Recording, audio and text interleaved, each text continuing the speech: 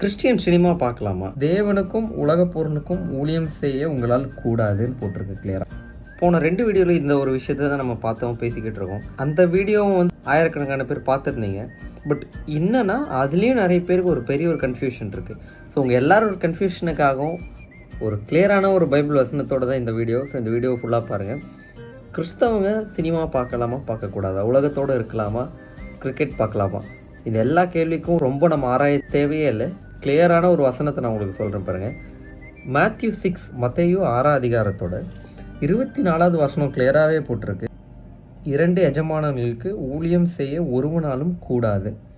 இந்த சென்ஸ் நீங்கள் வந்து உலகத்திலே இருந்துக்கிட்டு ஆண்டவரோடு இருக்கணும்னு நினச்சிங்கன்னா கண்டிப்பாக உங்களால் இருக்க முடியாதுன்றதான் பைபிள் கிளியராக சொல்லுது. அதாவது ஒருவனை பகைத்து மற்றவனை சிநேகிப்பான். மேபி நீங்கள் ஆண்டவரை வெறுத்து தான் இன்னொருத்தர் சினிமா மேலே அன்பாக இருக்க முடியும். இல்லைன்னா ஒருவனை பகைத்து கொண்டு மற்றவனை அசட்டை பண்ணுவான். இந்த 2 விஷயத்தை தான் உங்களால் பண்ண முடியும். தேவனுக்கும் உலக பொருளுக்கும் ஊழியம் செய்ய உங்களால் கூடாதுன்னு போட்டிருக்கு கிளியராக. ஸோ ஆண்டவருக்கு நீங்கள் ஊழியம் செய்யணும், ஆண்டவரோடு இருக்கணும், ஆண்டவரோட வருகையில் நீங்கள் காணப்படணும்னா முதல்ல ஆண்டவருக்கு ஊழியம் செய்யாத ஒருவராலே அங்கே வந்து காணப்பட முடியுமான்னு கேட்டிங்கன்னா முடியாது. 2வது விஷயம், உலகத்தோடு இந்த சினிமா பார்த்தீங்கன்னா ஆண்டவரோட வருகையில் வர முடியுமா, போக முடியுமா, இல்லை நீங்கள் நரகத்தில் தள்ளப்படுவீங்களான்ற கேள்விக்கு பதில் வந்து பைபிளில் கிளியராக இருக்குது. ஸோ இந்த வசனத்தை எப்போயுமே மனசில் வச்சுக்கோங்க. இப்படி ஒரு விஷயம் உங்கள் லைஃப்பில் இருக்கணும்னா இன்றைக்கி மனம் திரும்பிடுங்க.